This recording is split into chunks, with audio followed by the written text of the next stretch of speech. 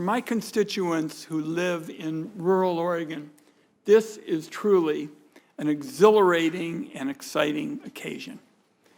After decades and decades of back and forth arguments for one position or not, debates about the role of the federal government, the possibility of a monument, we have been able to come together for the Malheur Community Empowerment for the Owyhee Act.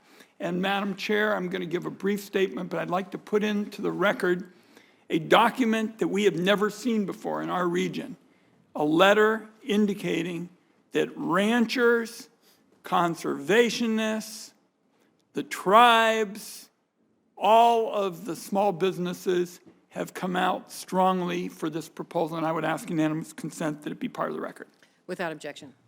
So, Madam President and colleagues, as I was telling my colleagues from New Mexico, if you read the write-ups from back east, they always call it Oregon's version of the Grand Canyon.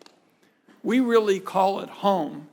And what I can tell you is this really began once again after decades of back and forth when some ranchers came to see me in the winter of 2018 and asked me to try yet again to bring all the parties together and see if we could pass legislation to have a community-driven approach to the Owyhee. And they looked a little bit sheepish, they looked at their shoes, and finally I asked one of them, is the reality that you're here to see me today a fact that you basically think I'm the only one crazy enough to be willing to take one more try at coming together?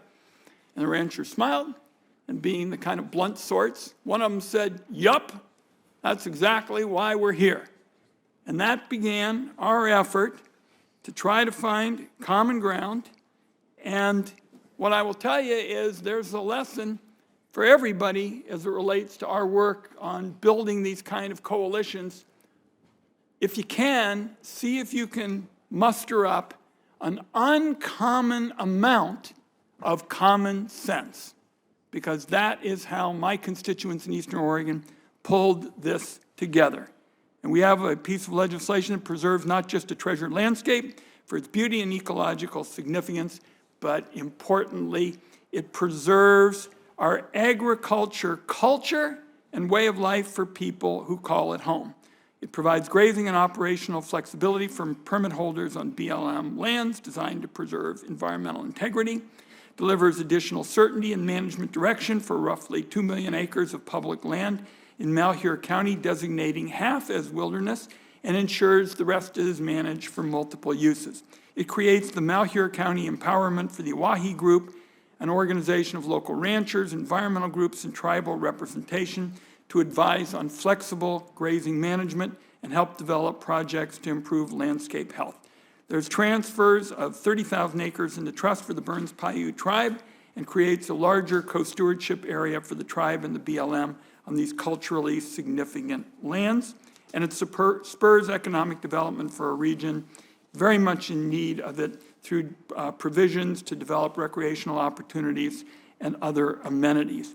Fundamentally, and I appreciate the chair's indulgence on this, we've all got a hectic day, it represents a locally driven solution.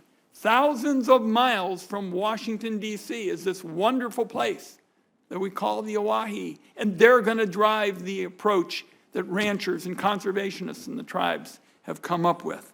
So this is a really big day for my constituents in Eastern Oregon. A couple of my constituents said recently they're pinching themselves to believe that we actually got this agreement. Madam Chair, I would ask unanimous consent as I wrap up. I've got a couple of questions for the Bureau of Land Management. They've been very supportive in terms of providing counsel, and we wrote the legislation to provide management direction to the BLM based on local input from the community, and the BLM has been very supportive, and I would ask unanimous consent if those questions be part of the record. And I thank all my colleagues who've been very patient. And I know Senator Heinrich and I are both going to end up in the committee we can't talk much about, and Senator Bennett will a little bit later. So I thank my colleagues for all the time.